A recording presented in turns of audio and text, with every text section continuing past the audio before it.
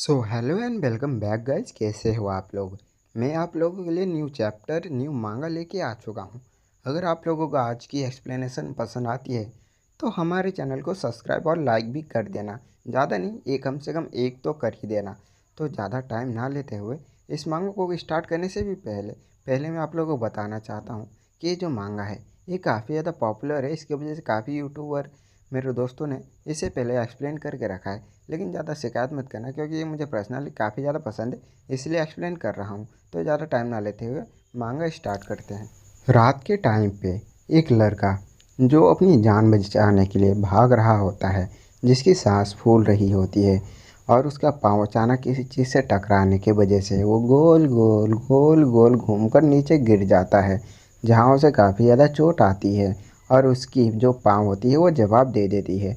वो यहाँ पे सही से अपने आप को कंट्रोल नहीं कर पा रहा होता है और यहाँ पे उसे गुस्सा भी आ रहा है कि उसकी स्टेमिना यहाँ पे जवाब दे चुकी होती है। और यहाँ पे वो मन में सोचता है, अबे यार ये क्या है, इन लोगों को मेरे ही सामने होता है, क्या मुझे कोई बताएगा कि मैं क्या इन लोगों के पास आने के लिए भाग रहा था। यहाँ पे उसे काफ़ी ज़्यादा गुस्सा आ रहा होता है। यहाँ पे एक हुड्डी वाला आदमी कहता है कि काफ़ी अच्छे, तुम काफ़ी टाइम से भाग रहे हो यहाँ पे आने के लिए, तुम्हारा इंतज़ार करते करते मुझे यहाँ नींद आ गई थी। यहाँ मेन कैरेक्टर सोचता है क्या करना चाहिए मुझे, मेरे पास अब स्टेमिना भी नहीं बचा कि मैं यहाँ से भाग सकूँ। यहाँ पे वो कहता है मैंने एकेडमी जाने से अपना नाम भी हटा लिया, लेकिन फिर भी तुम लोग मेरे पीछे क्यों पड़े हुए हो। इन लोगों की टीम में से इनका जो कैप्टन होता है वो बोलता है इससे कोई फ़र्क नहीं पड़ता कि तुम एकेडमी जाते हो या नहीं और तुम्हारे पास मार्शल आर्ट्स का टैलेंट है या नहीं, जब तक तुम्हारे पास थ्रोन है, जब तक तुम्हें हार मान लेना है। प्रिंस सूर्या, और तुम्हारे अंदर मिक्स ब्लड भी है और तुम्हारे अंदर उस आदमी का खून है जिसके वजह से तुम्हें यहाँ पे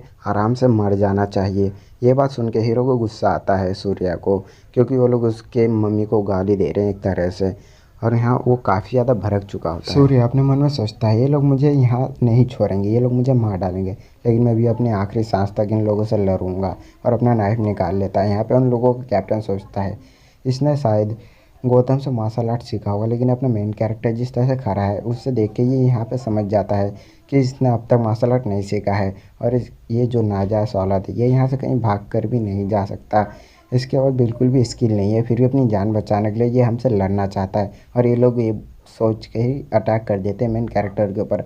अपना मेन कैरेक्टर अपना हाथ इधर उधर जानवर ने एक घुमा रहा होता है और एक आदमी इसके ऊपर नाइफ से अटैक कर देता है, जिसके वजह से अपने सूर्या का जो नाइफ होता है ये नीचे गिर जाता है और अपने एक हाथ से ये आदमी अपने गले को पकड़ लेता है मेन कैरेक्टर को, उसे हवा में उड़ा देता है, जहाँ पे उसे काफ़ी ज़्यादा दर्द हो रहा होता है।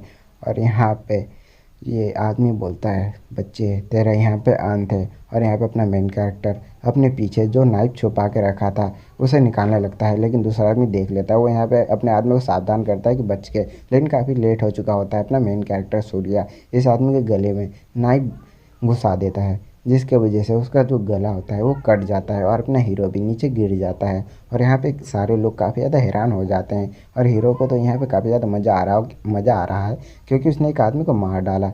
यहाँ पे ये लोग आपस में बात करते हैं इसने हमारे मेंबर को कैसे मार डाला, जबकि इसने मार्शल आर्ट्स भी नहीं सीखा है। फिर इन लोगों को पता चलता है कि ये सिर्फ नौटंकी कर रहा था, अपने नाइफ को इधर उधर घुमा के अपने आप को कमज़ोर दिखा रहा था ताकि इसे मौका मिले और ये हमारे पर अटैक कर दे। कैप्टन अपने मेन कैरेक्टर के ऊपर एक अटैक कर देता है, जिसकी वजह से वो जाके नीचे गिरता है और उसके मुंह से काफ़ी ज़्यादा ब्लड निकल रहा होता है, उसे काफ़ी ज़्यादा दर्द हो रहा होता है। और यहाँ पे कैप्टन बोलता है हम लोग तेरे पे इजी गए, इसका ये मतलब नहीं तू हमारे आदमी के ऊपर हाथ उठाएगा। और ये बोल के ही अपने हीरो के पेट में तलवार घुसा देता है, जिसकी वजह से अपना मेन कैरेक्टर सूर्या काफ़ी ज़्यादा दर्द से चिल्ला रहा होता है।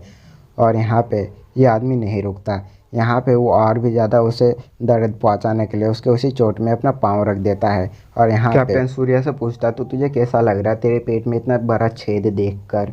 और यहाँ पे अपना मेन कैरेक्टर सूर्या मन में सोचता है कि मुझे लगा था मैं इन लोगों को दोबारा धोखा दे सकता हूँ, लेकिन कोई बात नहीं, मैंने कम से कम इनके एक आदमी को तो जान से मारा।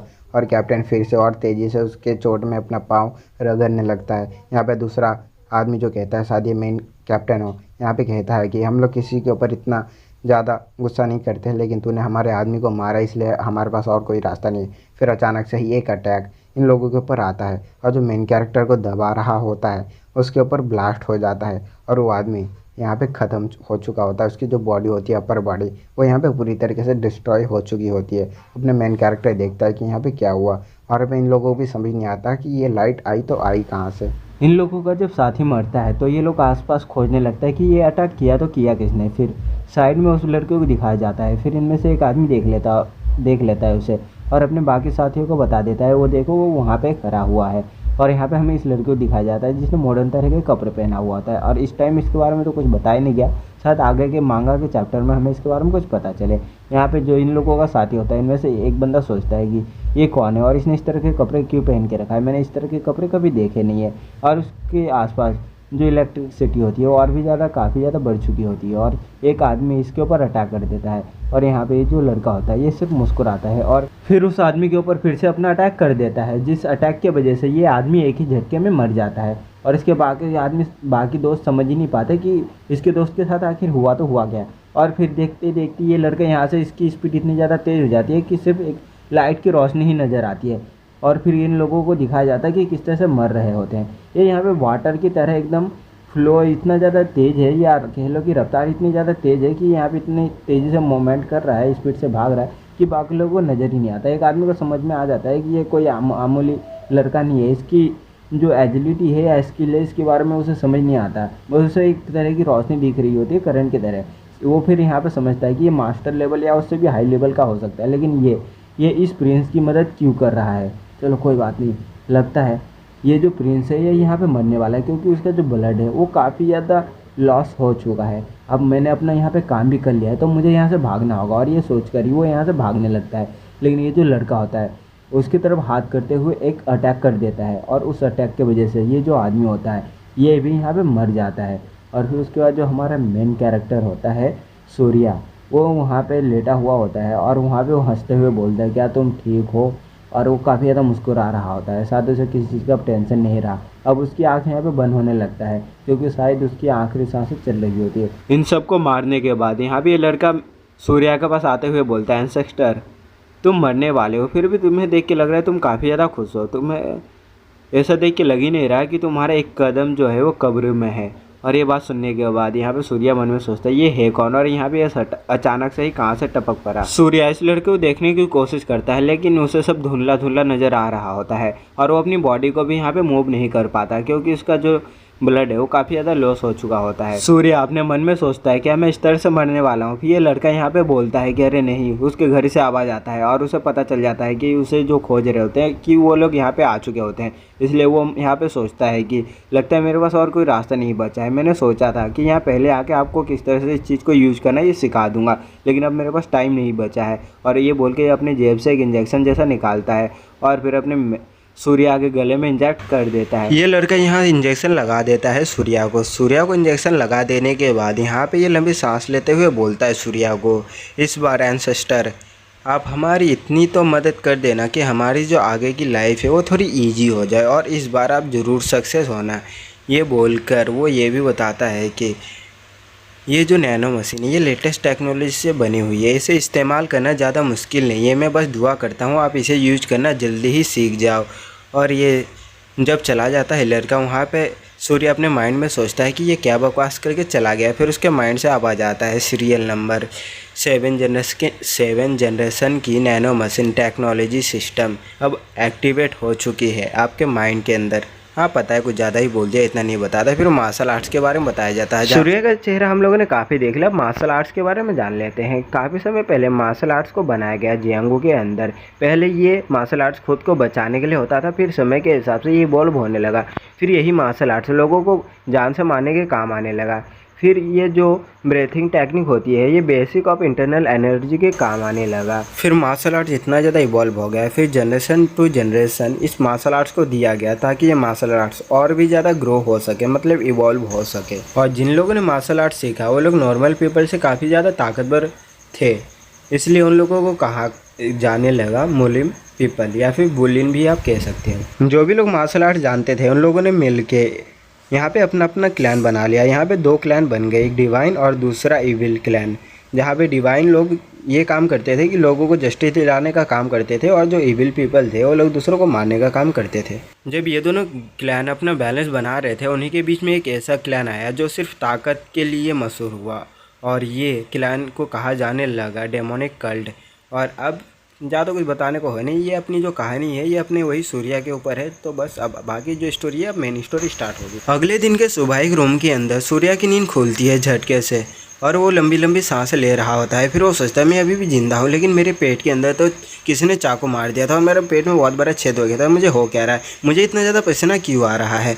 और फिर उसके बाद उसे खांसी आ जाती है, जहाँ पे कुछ देर बाद ही उसके हाथ में कुछ ब्लड नज़र आता है जो ब्लैक कलर का होता है। और यहाँ पे वो सोचता है ये काला खून किस चीज़ का है। फिर वो सोचता है मेरे शरीर से बहुत गंदी बदबू आ रही है। फिर यहाँ पे एक आवाज़ आता है क्या आप उठ गए मास्टर। ये बात सुनने के बाद तो यहाँ पे सूर्या की फटके चार हो जाती है और वो काफ़ी ज़्यादा घबरा जाता है और पूछने लगता है कि तुम कौन हो, तुम कौन हो। बार बार यही बात वो दोहराने लगता है। और यहाँ पे फिर से आवाज़ आती है और कहती है आप शांत हो जाइए। और यहाँ पे सूर्या सोचता है कि ये टेलीपैथी है, और नहीं ये टेलीपैथी नहीं हो सकता, ये कुछ और ही है। क्या ये मेरे दिमाग से आवाज़ आ रही है। और फिर यहाँ पे फिर आवाज़ आता है आपने सही सोचा है मास्टर, मैं आपके माइंड में ही हूँ। और यहाँ पे फिर से सूर्या पूछता है तुम कौन हो, मुझे बता दो। क्या तुम कोई इविल गॉड हो या फिर कौन हो तुम, मुझे बताओ तुम आखिर है तो हो कौन, चिल्लाते हुए बोलता है। और यहाँ पे माइंड से आवाज़ आता है मैं हूँ नैनो मशीन 7 जनरेशन की। ये बात सुनने के बाद वो समझने लगता है सूर्या कि ये कोई इविल गॉड है। फिर उसके सामने झुक जाता है और ये सूर्या पूछने लगता है क्या तुम सच में इविल गॉड हो। और फिर इसके बाद हमें 2 लोगों को दिखाया जाता है, इनमें से एक डॉक्टर होता है और दूसरा सूर्या का यहाँ पे एक सर्वेंट होता है। यहाँ पे ये दोनों आपस में बात करते हैं कि किस तरह से प्रिंस के ऊपर यहाँ पे असैसिन अटैक हुआ और यहाँ पे किस तरह से वो बचा। यहाँ पे ये लोग सोचते हैं कि यहाँ पे काफ़ी ज़्यादा यंग मास्टर को यहाँ पे चोट लगी थी, लेकिन फिर भी वो काफ़ी तेज़ी से हिल हो गए। और यहाँ पे ये लोग ये भी बात करते हैं कि प्रिंस का किसी ने मदद किया होगा। और यहाँ पे ये जो गार्ड होता है ये बताता है कि जब मैं वहाँ पे गया था, जब वहाँ पे सिर्फ लाश मुझे मिली थी, हर जगह खाली खून खराब है, यही सीन था। लेकिन मुझे कहीं से भी कोई भी क्लू नहीं मिला कि ये किसने किया। शायद वो लोग इविल ब्लड के होंगे, इविल क्लैन से होंगे। ये सब वो सोच ही रहा था। फिर वहाँ से वो आगे बढ़ता है और फिर हमें इस सीन में दिखाया जाता है कुछ देर बाद ही उसे अपना यंग मास्टर जो होता है सूर्या, वो इस बंदे को मतलब सूर्या का सर्वेंट जो होता है, सूर्या का सर्वेंट अपने मास्टर को सूर्या को खोज लेता है। थोड़ा कॉम्प्लिकेटेड हो गया, लेकिन समझ जाओ यार, फिल्म में मत जाओ, भावनाओं को समझो। बस इतना समझ जाओ कि ये सर्वेंट ये कहना चाहता है जिसने भी उन लोगों को मारा वो काफ़ी ज़्यादा स्किलफुल है। और फिर दोनों ये डॉक्टर और ये सर्वेंट बात करने, डॉक्टर और सर्वेंट अभी भी बात कर रहे होते हैं कि प्रिंस को यहाँ पे बचाने वाला इंसान था कौन। और प्रिंस वहाँ पे ऐसी हालत में मिला कि वो जो सो रहा था और उसके बॉडी में एक भी निशान नहीं मिला। ये दोनों ऐसे ही बात करते हैं कि प्रिंस को बचाने वाला है कौन। फिर इसका सूर्या को दोबारा दिखाया जाता है जो अभी भी अपने घुटने में बैठा हुआ होता है और बोलता है। सूर्या अभी भी नैनो मशीन को यहाँ पे इविल गॉड समझ रहा था और वो पूछता है कि इविल गॉड क्या आप ही है जिसने मेरी जान बचाई। यहाँ पे नैनो मशीन मना कर देता है और बोलता है कि मैंने आपके बॉडी में हीलिंग मोड चालू करके आपकी बॉडी को हिल गया था। यहाँ पे सूर्या को कुछ समझ नहीं आता, वो तो अभी भी इसे इविल गॉड ही समझ रहा था। यहाँ नैनो मशीन बताता है कि इस जनरेशन के हिसाब से जो लैंग्वेज है उसके हिसाब से आपके माइंड में इस चीज़ के बारे में डाला जा रहा है। फिर यहाँ पे नैनो मशीन बोलता है मास्टर मैं यहाँ पे कोई इविल गॉड नहीं हूँ। यहाँ पे सूर्या पूछता अगर तुम इविल गॉड नहीं हो तो आखिर तुम हो कौन। और तुम्हारा जो टोन है वो भी चेंज हो गया है। नैनो मशीन अपने अंदर की टेक्नोलॉजी जो होती है इन्फॉर्मेशन, वो सारे हीरो के माइंड में, सूर्या के माइंड में इंजेक्ट करने लगता है, जिसके वजह से सूर्या के माइंड में काफ़ी तेज़ दर्द होने लगता है और उसे काफ़ी अजीब सा महसूस होता है, उसे चक्कर आने लगता है, जिसके बाद वो उल्टी कर देता है। जहाँ पे नैनो मशीन बताता है कि ये आपका फर्स्ट टाइम है, इतना ज़्यादा इन्फॉर्मेशन लेने के कारण आपको अजीब और थोड़ा चक्कर आ रहा होगा, आपका सर भी दुखेगा, लेकिन ये आपका सेकेंड टाइम पे नहीं होगा मास्टर। यहाँ पे सूर्या कहते हैं मेरा सर काफ़ी ज़्यादा दुख रहा है और यहाँ पे हो क्या रहा है। यहाँ पे सूर्या पूछता है कि नैनो मशीन, यहाँ पे नैनो मशीन पूछता है यस मास्टर। यहाँ पे सूर्या पूछता है कि क्या मेरे अंदर सच में हज़ारों यहाँ पे मशीन इंजेक्ट किया गया है। यहाँ पे नैनो मशीन बताता है अगर गिनती के हिसाब से देखें तो आपके पास 6 अरब से भी ज़्यादा यहाँ पे बॉडी में इम्प्लांट किया गया है नैनो मशीन को। यहाँ पे ये बात समझ लो गाइस, अगर इस मशीन को, अगर नैनो मशीन को सूर्या के बॉडी से अगर निकाला जाए तो सूर्या यहाँ पे तुरंत ही मारा जाएगा। इन सारी बातों के बाद सूर्या अपने माइंड में सोचता है पहले तो मेरा सौतेला भाई जो मुझे जान से मारने के लिए कुछ भी कर सकता है, और उसके बाद अब ये नैनो मशीन, ये सब आखिर किसने किया। अगर नैनो मशीन तुम्हें मेरे अंदर किसने प्लांट किया। ये जब वो पूछने ही वाला होता है, जब यहाँ पे सर्वेंट आ जाता है और वो पूछता है मास्टर प्रिंस। अपने सर्वेंट की आवाज़ सुनने के बाद यहाँ पे सूर्या काफ़ी ज़्यादा हैरान हो जाता है, घर आ जाता है और वहाँ नैनो मशीन से बोलने लगता है, अगर इन लोगों ने मुझे पकड़ लिया तुम्हारे साथ बात करते हुए तो इन लोग मुझे पागल समझेंगे। और यहाँ पे वो हड़बड़ी में सोने का नाटक करता है और यहाँ पे नैनो मशीन बताता है आप चिंता मत करिए, मैं आपके माइंड को पढ़ सकता हूँ, इसीलिए जो नैनो मशीन है वो साइलेंट मोड में जा रही है। सर्वेंट और डॉक्टर अंदर आ जाते हैं। सर्वेंट पूछते हैं प्रिंस लगता है यहाँ पे आप सो रहे हैं, इसलिए हमें हमारा काम बहुत आराम से करना पड़ेगा। और जब वो देखता है कि प्रिंस उठा हुआ है तो वो प्रिंस के पास आते हुए बोलता है प्रिंस आप उठ गए।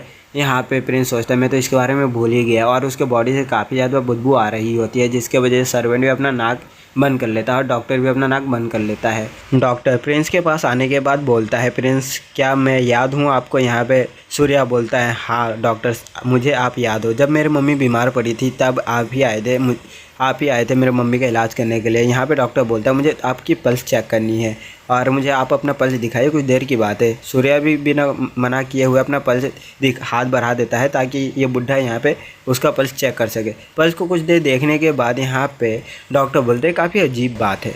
डॉक्टर की बात सुनने के बाद यहाँ पे सर्वेंट तेज़ी से चिल्लाते हुए बोलता है क्या हुआ मास्टर को कुछ हुआ है क्या। यहाँ पे डॉक्टर बताता है कि ये बहुत ही रियल अपॉर्चुनिटी है प्रिंस सूर्या के लिए। इनकी जो बॉडी थी वो पहले से बहुत ज़्यादा डिफरेंट हो चुकी है, इन्होंने कोई मेडिकल हर्ब खाया था या वगैरह क्या। तो यहाँ पे सूर्या समझ नहीं पाता और यहाँ पे पूछता है आप कहना क्या चाहते हो डॉक्टर। तो यहाँ पे डॉक्टर बताता है अब तुम्हारी बॉडी मार्शल आर्ट सीखने के लिए पूरी तरीके से फुल्ली तैयार है। फिर सूर्या अपने माइंड में कुछ समय पहले की बात सोचता है, जब वो खांस रहा था, जब उसके बॉडी से काला खून निकल रहा था। फिर वो समझ जाता है कि ये नैनो मशीन ने किया है। नैनो मशीन से पूछने के लिए वो पूछता है, लेकिन नैनो मशीन साइलेंट मोड में होता है, इसलिए भड़कते हुए सूर्या बोलता है nano machine deactivate, silent mode deactivate. उसके बाद नैनो मशीन उसे बताने लगता है, नैनो मशीन एक्सप्लेन करने लगता है आपके बॉडी के अंदर जितना भी कचरा कूड़ा भांग भूसरा था ना, उन सबको मैंने निकाल के बाहर फेंक दिया है, और आपके अंदर के जो वेसल ब्लड हड्डी बोन जितनी भी सारी चीज़ें होती है इन सब को रिपेयर कर दिया गया है, और ये सब अब काफ़ी ज़्यादा मजबूत हो चुका है। ये बात सुनने के बाद सूर्या बोलता है नैनो मशीन क्या तुम सच में कोई इविल गॉड नहीं हो। मुस्कुराते हुए नैनो मशीन भड़कते हुए बोलता है नहीं मैं कोई इविल गॉड नहीं हूँ मास्टर। तो मेरे प्यारे भाई लोग आज के चैप्टर काफ़ी लेट आया है मुझे पता है, और इसे एक्सप्लेन करने में मुझे काफ़ी ज़्यादा दिक्कत हुई है, और मुझे काफ़ी कुछ चीज़ें समझ में भी आई है कि वीडियो में मैं कहाँ लैग कर रहा हूँ। अब आगे जो आने वाली है और भी वीडियो आपको और अच्छे से एक्सप्लेन करने की कोशिश करूँगा। अगर आप लोगों को ये वीडियो पसंद आया हो तो हमारे चैनल को सब्सक्राइब और शेयर ज़रूर कर देना, क्योंकि नया चैनल है, आपका एक सब्सक्राइब भी मुझे काफ़ी ज़्यादा खुश कर देता है। तो मिलते हैं नेक्स्ट वीडियो में, जब तक के लिए सायोनारा।